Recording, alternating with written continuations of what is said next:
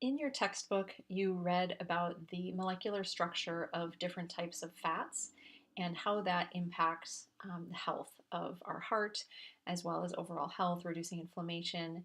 I want to touch just briefly on that and then go into a little bit more detail on where do we get these foods in our diet and how do we help people to make the best choices and make the best choices for ourselves.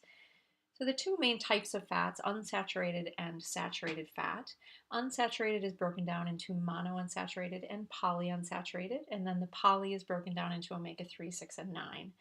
The unsaturated fats we know to be healthy for your heart. Monounsaturated fats in particular raise good HDL cholesterol and lower LDL cholesterol.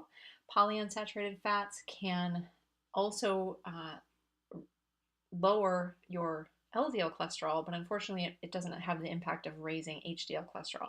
So there's some benefits of each of them. We do need these fats, polyunsaturated fats, these omega-3, 6, and 9, they're called essential fats because we need to consume them in our diet. They are all necessary for our normal functioning of the body, but the balance in the typical American diet is not ideal. So we can make some better choices with that, which we'll talk about.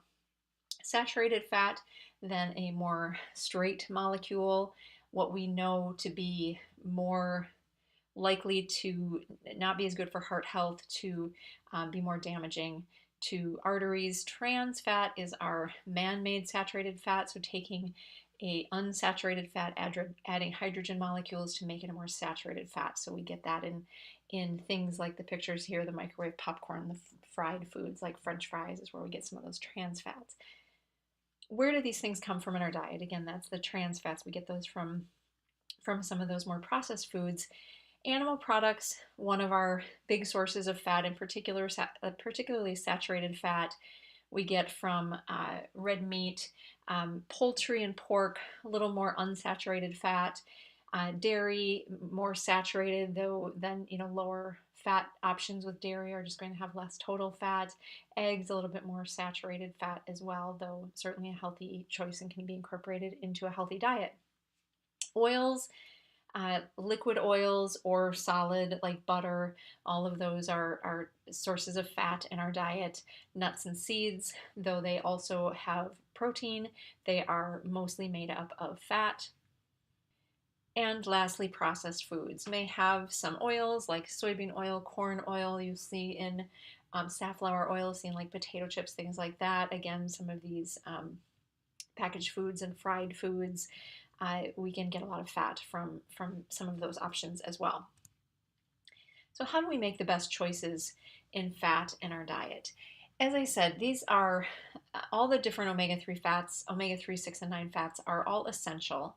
I like to look at when we think about making best choices, it's not that most of these things cannot fit into a diet and they can be part of a balanced diet, but when we're making recommendations and choosing things for ourselves, how do we seek out some of those that are highly nourishing, that are going to improve health and reduce disease risk?